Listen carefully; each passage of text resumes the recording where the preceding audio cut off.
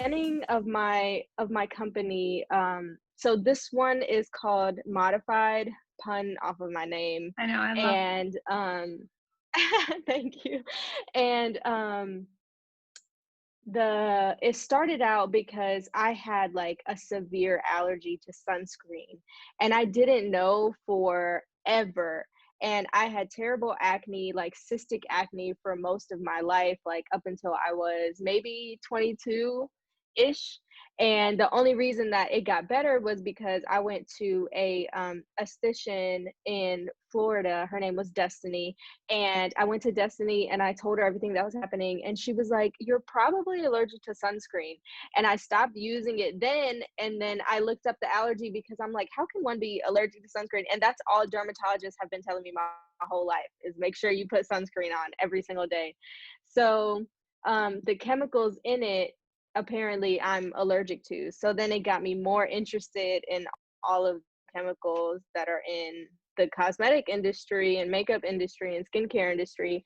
And I just started doing research on it, and then I started making my own products, and it severely helped my skin. I was definitely allergic to sunscreen, and that inspired me to when I started making my own skincare stuff. I went and got certified in holistic beauty and herbal remedies. So I'm certified in both of those. So then that pushed me to like try and start a skincare line, and that Modified is the skincare line. Hopefully it'll evolve into a brand encompassing much more, but right now just a skincare line. That is so cool, and the name goes perfectly with what you guys are doing, all Yes. natural. That is so clever. Yeah, thank you. Thanks. And then you also have a rental business and a podcast, right? Yes. So my rental business is with my mother. And it's just, trying to create a generational wealth and property management within our family. So, yeah, we have that there. And that's really like a partner venture. I wanted her to have something that will allow her to make money for, the rest of her life. She's worked so hard for so long, and I just wanted her to be able to take a break and not have to worry about anything, so I'm really glad that she approached me with the idea. And yeah, she's my hero. And then my podcast actually was my co-host Dante, his idea. He's a brilliant man, a father, a husband, a pastor, and a student. And me and him have been friends. Me and his wife met while I was in basic training for the Air Force, so we've been friends ever since then. And he approached me in about April, March, the end of March, early April, about starting a podcast, and asked me to be his co-host. And it's titled The Stories Between Us. And he pitched it to me, and I replied, and I was like, "This is such a great idea. You should absolutely have a podcast." And he was like, "Yeah, but I want you to be my co-host." So I was like, "Oh no." So I was really, really excited about it, honestly. And I'm so honored to be his co-host. So yeah, I have a podcast, and it just came out in July, but it's probably been like one of my most rewarding things. Well, it sounds like you have many inspirations. Your co-host on your podcast and your mom. Can Yeah. you talk about who your role models have been starting Modified and the podcast and everything? Yes. So I one of my earliest mentors, whenever someone asked me about one, so I used to teach resiliency in the Air Force, and in a part of the curriculum in the course, they try to ask you who's at your conference table. So they teach you that you have a conference table, you're at the head of the table, and you have 10 to 12 seats, right? I picked 12 because my birthday is 12/12, so it's just my favorite number. So they tell you to draw a coffee table or a conference table in your piece of paper, and at each seat you write a name down. So when I first thought about that concept of creating a conference table of people that that know you better than you know yourself, and most importantly will be honest with you no matter your feelings, um, is a vital tool in, just anybody's personality, anyone growing up, anyone taking a new stage in their life, because there's always people that say that, you have to keep your circle small. I personally don't believe that that's true. If you have people that are genuine, that you genuinely love, that are reliable and dependable, then why not have 12 seats, So, um each person in my life, the one of the first mentors that I think of, one of the people that has a seat in my conference table, we haven't talked in a long time, but her name was Chief Master Sergeant Fry. She was one of the first um, Black women that I've seen become a command chief in my active duty years. And she was so bold and so strong. And she didn't have a husband, she didn't have any kids. And it made me feel more comfortable in the Air Force, that like in my career field there's not that many women. There's definitely more, but there's not that many. So when I saw her and saw her that she looked more like me, it made me, more motivated to try and achieve that. So she's definitely one of my when I think of a mentor, I think of her. She was one of my first mentors that I think I ever had in my life, and she taught me strength in a way that I hadn't really what's the word? I hadn't really committed to, because at the time I didn't see my mother as my friend. I didn't see my mother as a woman. I just watched a movie the other day that she told me to watch that made me cry. But anyway, it states at the end, it's a Bollywood movie, and it talks about how we most of the time see our mothers, as just moms, and we don't see them as women and as our friends. And as I've gotten older, that's become so important to me. So I learned strength from my mother now, but at the time I was really learning strength from Master Sergeant Fry, Chief Master Sergeant Fry, Chief Fry. So I credit that to her, but most of all, the longest inspiration in my life has been my mother. She is my hero, and she does things and makes me learn things in a way that I don't think that I would have ever gotten anywhere else. And she says very small things, but they end up affecting me for a long period of time. Like, one of the biggest lessons she ever taught me was that you have to get lost to know where you are. And we used to move a lot when I was very young. And whenever you move to, this was when like GPS wasn't really a thing. This was like MapQuest. Like, I had to print out directions and read them in the passenger seat. So I whenever we would go somewhere, we would just keep driving, like until we're lost, and then until we find our way back home. And in a way, that lesson that you have to get lost in order to know where you are has really stuck with me throughout almost all my ventures, especially during my moves in the Air Force, but definitely like in my everyday life, because things can feel so chaotic that it kind of slips out of your hands a little bit. It makes you feel like it's impossible to catch back up, but it's just a part of the process. So I guess my final answer for the inspiration question is my mother. She learns something new every day. She loves harder than anyone that I know, and she practices forgiveness and acceptance in a way that I would have never known without her. She sounds incredible, and She is. I'm sure a lot of what you said will resonate with the girls. It certainly did with me, about just seeing your mother as a mother. And Yeah, and that's so important, especially for women. And that's why I love what you're doing, because a lot of people like don't really see the womanhood as like an aspect that people really need in their life.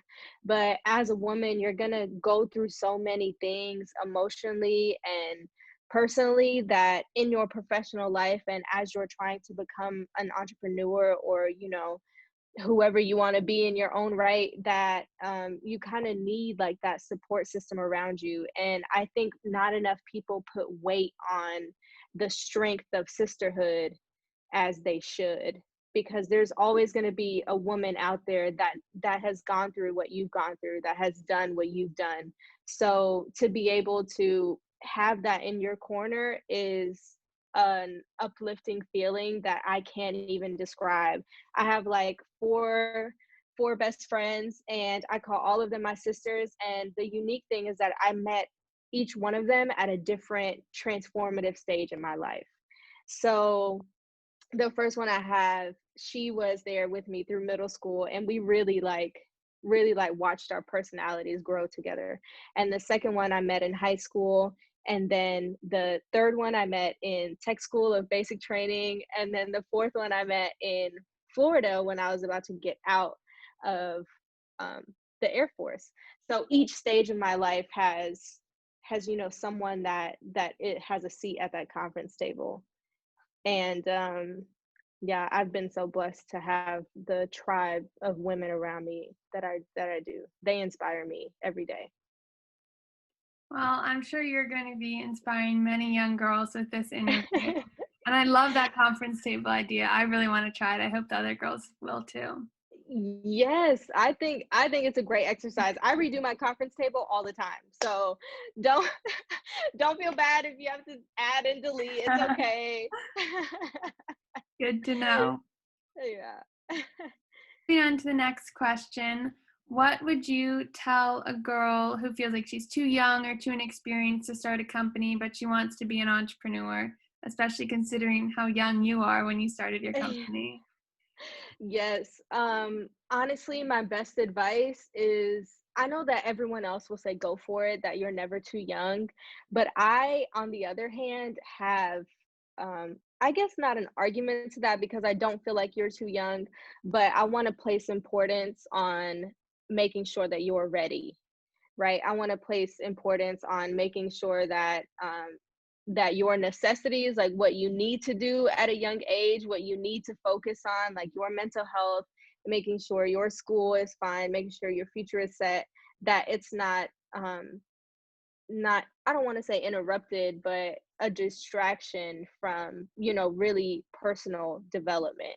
Because like the teenage time of is so transformative for your older personality, that unfortunately, I think that a lot of women entrepreneurs, especially if they started young, we have so much ambition and so much to do and feel like we have to accomplish in such a short amount of time, that I often feel like it gets overwhelming, especially to a young girl. So, again, I think that you should start as young as you want, but just make sure that you're ready for it, and that you're not neglecting your own happiness. If you want to go to a party on Saturday, go to a party. You don't have to, be up till 2 a.m. writing out a business plan. Like, you're young, so just make sure that whatever you want to do, it's that you want to do it, because above all, your business will succeed if um if you have the passion for it, is the best way that I can put it. Your anything that you're willing to do and willing to work for will happen, as long as you put forth the same effort that it is putting forth, you know, in other words, I guess. I appreciate you being so candid and realistic because, yes, a lot of other Yeah. women have said go for it, and that is true. But Yes. it's important to remember everything you just said, too. So thank you. Yeah, absolutely. It is like, I the optimistic part of me wants to always say go for it. You're never too young. And that is the realistic answer. You're never too young, but just make sure you're not neglecting yourself in the process. 100%. Yeah. In your opinion, what is the most important first step in starting a company? Making sure that you have the right information, and that you take time to do your research before you commit to an idea.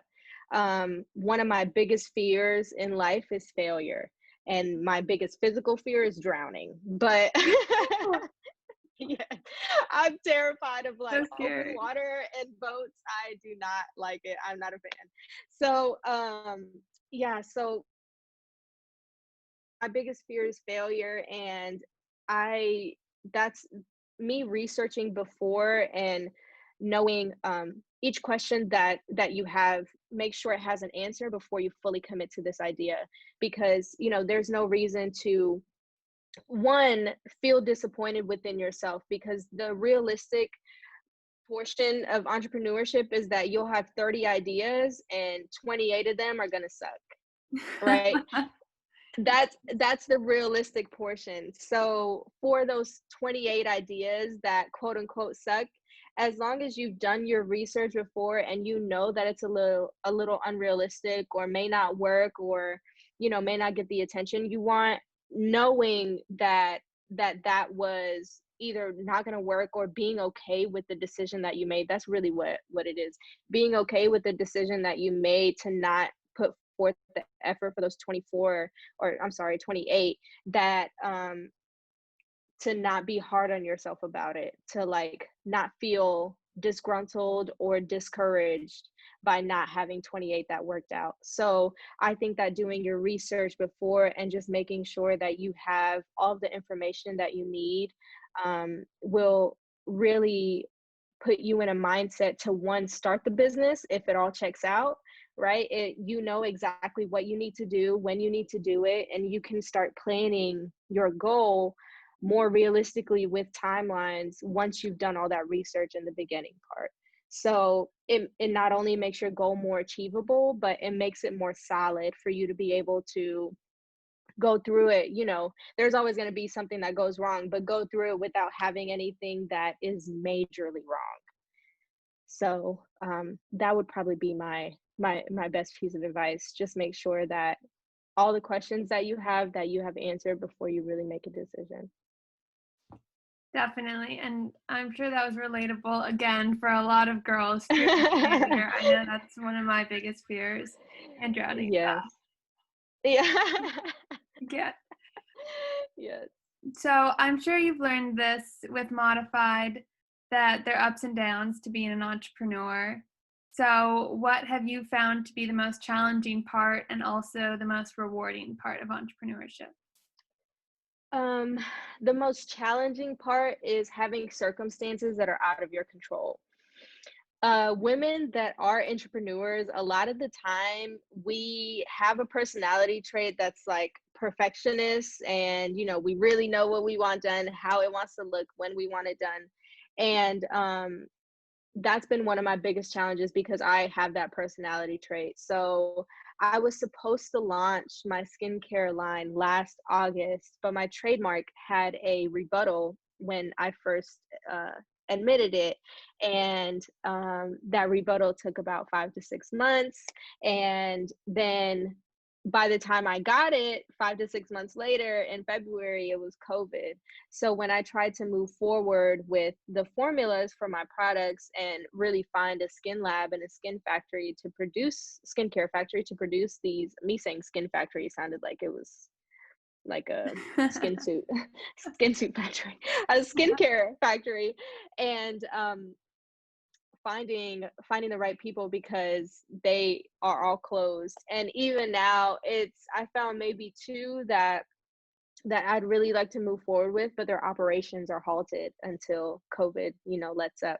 So that's been the most challenging thing, is coming to accept things that are out of my control. And then I think one of the most rewarding things is knowing, I think knowing that you're doing something that's bigger than yourself. Like for my podcast, I feel solace in me talking about issues that really affect me and really affect the people that I love, and also give a space that's safe for people to be able to tell their stories. So I find solace in that for my podcast, and that's been the most rewarding. And for my rental business, the most rewarding part is really just helping my mom. Like that sounds so minuscule, but I love how dedicated my mother is and how ambitious she is. So just watching her be able to do something that isn't requiring much of her and that's allowing her to, live at the age that she is rewarding. And for my skincare line, I think the most rewarding piece is seeing my name and my logo like on a shirt like this, or like on a few sample products that I've received. And I know that it'll be more rewarding when I can launch finally, but for right now that's been super rewarding because for all right, this is about to get real personal. So me and my father didn't have, the best relationship. Well, we didn't talk for most for most of my life. And I'm an immigrant to the United States and he still lives in India. So um I say lived in India because he passed this year, but he still lives in India and Modi is his last name. So for a long time, I have a stepfather named BJ Foster, who's been my father figure for, all of my formative years. So when the topic came up about my last name, it was difficult for me to, I guess, accept my last name because it was my father's. And I knew that my father, I don't want to say didn't want me, but, we Yeah. didn't talk. So um, it was difficult for me to really like step into that name because I knew that it was of, a side of the family that at the time seemingly didn't know anything about me or wasn't really trying to get to know me. So through that, I worked through that name issue, and I really found out, I guess is the best way to put it. I really found out that the name, because it's on me, does not have to signify him, that I can make it, whatever I want it to be. So, like, because it's my name now. So, so that's probably seeing my name and the company's name and knowing that I'm doing something that genuinely makes me happy, that is a passion of mine, and that, hopefully will help so many women that may be allergic to sunscreen. That is rewarding to me. Wow, that was an incredibly powerful story, and I'm sorry your father passed. That is so Oh, impressive about your name.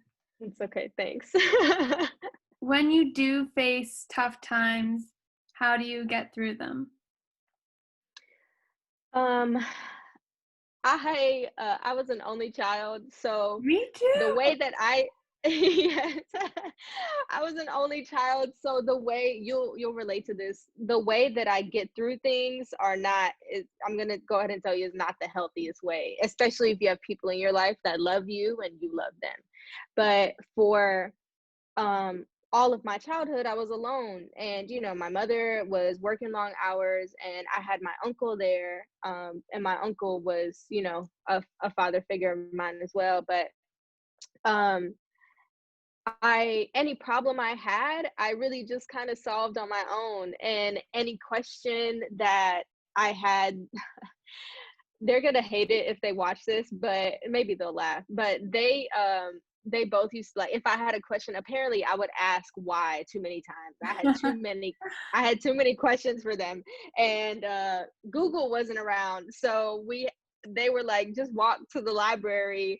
And that's what I did. I would just walk to the library and find out all these things. And my mom used to get calls because I was young, and my mom used to get calls to her job, and it's like, because this was when we were in a small town in Mhm. Alabama, like right on the border of Georgia and Alabama. And she would get calls to her job. It's like, your daughter is walking down the street alone. And she was like, yeah, it's fine. Oh my gosh. Yeah, she'll be fine. I don't care. So I would go to the library and come back like really late, like right when they're closing. But that's how I would find and solve all of my problems. So as I get older and as I reach challenging parts, professionally and personally, I tend to kind of disassociate from the rest of the world to try to figure out the solution to this problem, whether it's internal or external.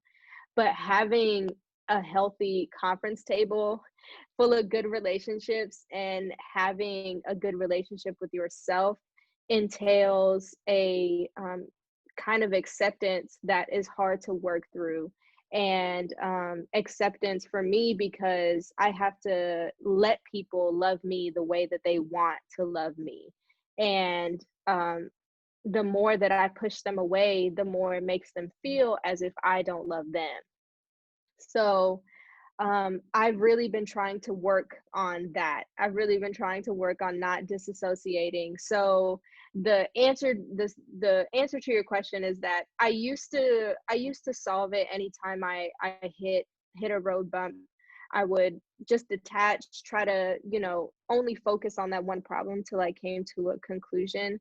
And uh I've recently been trying to let more people in, to tell them my problems. And it's helped me because it's increasing the communication for people that love me and that I love.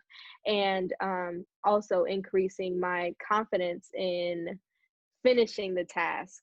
So being able to stay motivated in that and consistently see an end goal, and also being open enough to whether you can find a solution, or even if you know that there is no solution, being open enough to accept that outcome is probably my method of dealing with challenging obstacles, practicing acceptance almost every day. Thank you for sharing all that. And literally, we are Yeah. the same person. Perfectionist, Yeah. only child. I can't. Yes. That's awesome. So, for younger girls, what would you say are the top 3 skills to be a successful entrepreneur? Be adaptive, assertive, and confident. Those are my top 3 traits. Adaptive because as not only as a woman, but especially as an entrepreneur, this is probably a lot of people ask you like, what's your strength? And this is definitely, being adaptive is definitely my strength. I am confident in my ability to walk into any room, no matter what it is, who it is, anywhere, and be able to make myself present and make myself a part of the conversation, but not only surface wise, but also be able to have something to say to add to the room. And being adaptive also includes you knowing that you're not the smartest in the room. And I think that's probably the best advice that I can give. There's always something to learn from anybody that you meet, whether it's in the grocery store or, at a CEO's office. There is something that you can learn from a guy that's standing on the corner, and also the president of the United States. So treating people with respect enough to know that they also have a story is a part of being adaptive, in my mind, like being able to relate and adapt to any environment, any situation that you're in, because you never know, one, who you'll touch in that room, two, if anyone will affect you in a way that, furthers your spirit, furthers your work, furthers your emotional life, and three, that you'll never know who you can meet, because networking is probably the biggest. I'm sure you've heard this, it's not what you know, it's who you know. It is what you know, but a lot of the time it's who you know. So being adaptive, being assertive, because unfortunately sexism still greatly exists. And my day job, my career is as a very loose term project manager. And it is a carryover from my career in the Air Force as an intelligence analyst. And as a contractor, as a young, civilian that's in these spaces, most of the time I'm the only woman, and a lot of the time I'm the only brown woman. And um, being confident plays a role because unfortunately, when I first walk into places, they don't take me seriously. And until I prove myself, even though I hate that I have to do that, but until I prove myself and show that confidence that no, I'm here for a reason and I have the same that you have, like same level to contribute to this as you have. So being confident, being assertive, and being adaptive, I think are the three biggest traits when it comes to becoming an entrepreneur that you can have. And confidence, it always starts on the inside. Like there is a saying, fake it till you make it, for a reason. Sometimes you do have to fake it till you make it, but having confidence with yourself and really with especially if we're just talking about a business, with your abilities within the business, with where you know it's going to go, um, that that confidence cannot be replaced, whether you have a bad day or a good day. If you're meeting somebody in the elevator after you spilled a coffee on yourself, being able to give that elevator pitch, that 15-second elevator pitch, is crucial. Bringing that up because I think that, I mean, that's a really important piece that I was It definitely is. forgetting. Yes, And it is. Being able to talk yourself up is something that a lot of people aren't comfortable with, especially me being an introvert, but you have to be able to, because nobody knows you like you, and no one can invest in you unless they feel confident in you. You know what I'm saying? So, it's vital. 100%. And those 3 Yeah. skills you gave were really great too, and you're an Thank amazing you. role model to the girls if you follow those.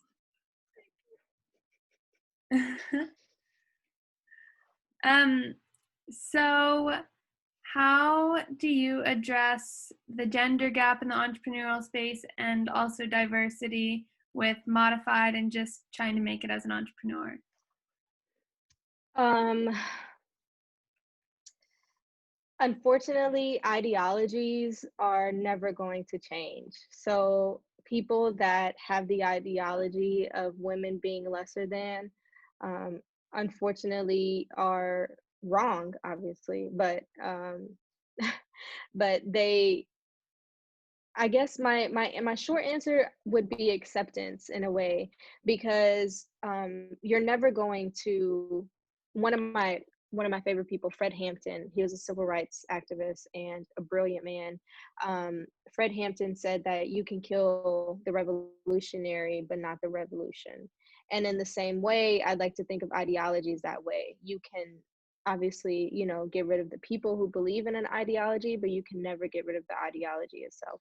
So practicing acceptance in a way that you know that someone out there is always going to hate just who you are as you belong.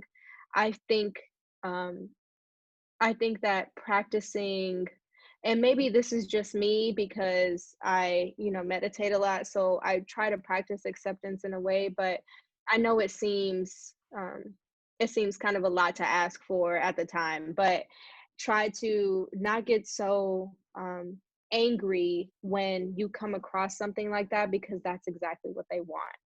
So, I think confronting sexism and racism, especially in entrepreneurial world, is simply knowing that they exist and not caring, because it doesn't affect you, right? As long as you know your own power, you don't have to submit to theirs or the lack of their own power. So, um, having that self-worth, self-knowledge will take you on a journey that nobody, can really ever do for you. And along that journey, you'll always meet someone who just hates you existing. So, like, why ruin your entire day for that? Well, It thank you. sucks. Like the Oh, no, no, sorry. I was just gonna say, it sucks that it's even a thing. It sucks that you even have to, or we all have to even think about it. But the fact is that it's never, probably, hopefully it does, but in my lifetime for sure, it's probably never gonna go away. Well, thank you for sharing that mindset. I think it's a good one for everyone to adapt. And You're paving the way little by little with Modified and being an entrepreneur. Oh, thank you. I know that was a heavy question, so we just have a few more, and Yeah. they're the fun ones. So, Okay. what has been your most satisfying moment as an entrepreneur? Um, oof. I know it's a I'm tough not one. sure. I'm not sure that I've reached it yet. Honest answer. I'm not sure that I've reached my most satisfying moment, and I'll tell you why. Because I fully believe in setting one goal, meeting it, and then setting the next one. So making sure you set realistic goals that are on a timeline that are achievable is a skill that I think is necessary, especially for an entrepreneur and a professional woman. Like knowing that there's always somewhere else for you to reach takes away the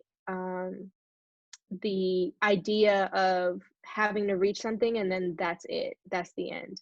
And I think my mom's taught me that. She's switched careers so many times, she's owned so many businesses, and now we both own this rental business. And it's it's been such a challenge because neither one of us are real estate people. Like we've never owned property before, we've never studied it, we've never done anything with real estate, and we just kind of jumped into what most people consider, like real estate professionals consider the goal at the end of their life, is having, you know, multiple properties that are self-sustaining and creating like a passive income. So um we jumped in at the end of what most people do. So us catching up behind that, I think has been a really challenging part.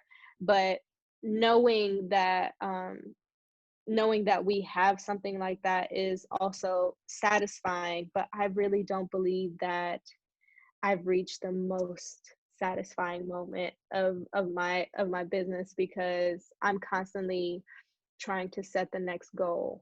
And I think I think the satisfaction will come in when, because I have a certain number in my head for money, and I think that I'll really be satisfied when I know that everyone that I love is taken care of, that I've set up a um, foundation for my heirs, you know, for my kids, their kids, and passing that along. I think that will probably be my most satisfying moment. So close to my death, probably, but not. Uh, I don't think I've reached it yet here. Thank you for being honest. I mean, I totally understand you're just Yeah. starting out. That was a good answer Yeah. for not having it yet. I know you Yeah. said you set one goal after another, which is very impressive. But when you do accomplish those goals, how do you celebrate? So I try to maintain a vegan and gluten-free diet. But when I really want to like just celebrate, or if I want to emotional eat, because sometimes I have really, really bad days and I just want to emotional eat. So both my emotional eat and my celebratory meal is wings, hot wings. I love chicken wings. And chicken wings and fries, that is it. And that's usually how I celebrate, honestly, is just having like a meal, like a really indulgent meal, and maybe having like a few drinks with my friends. But I'm not really like a go out type of person, and especially like throwing a party for something person, not me. So I'd much rather just turn off my phone and silence my emails on my laptop for like 28 to 24 to 48 hours and eat whatever I want, not care about the consequences, and not have to answer any phone calls would probably be like my best form of celebration. You know, that was what I was expecting everyone to say with this question. Like, they would get cake or like have a nice dinner with their family or something. And you were the first person who said they Yes. celebrate with food. So thank you for finally Absolutely, I would validating celebrate with what I food. was thinking. Yeah. Seriously. Absolutely. That's the first thing I think of when the celebration, like, okay, what are we eating? At a Right? wedding, what's the food gonna be? You know, everywhere Exactly. you go. Yeah, it's always about the food. Okay, I'm glad we're Always. on the same page. Yeah. So, our last question is, can you share a funny story from your career as an entrepreneur? Um, I really don't think I have a funny story, honestly, but I will say that this past year we had a troublesome tenant in one of our units, and he ended up like filing a complaint with the HUD, like the Housing and Urban Development Oh my god. Authority, federal complaint. So we went through this like month-long thing. And he was very clearly just lying, right? And the investigator kept coming back and was like, I don't know why he's doing this. I don't know what his issue is.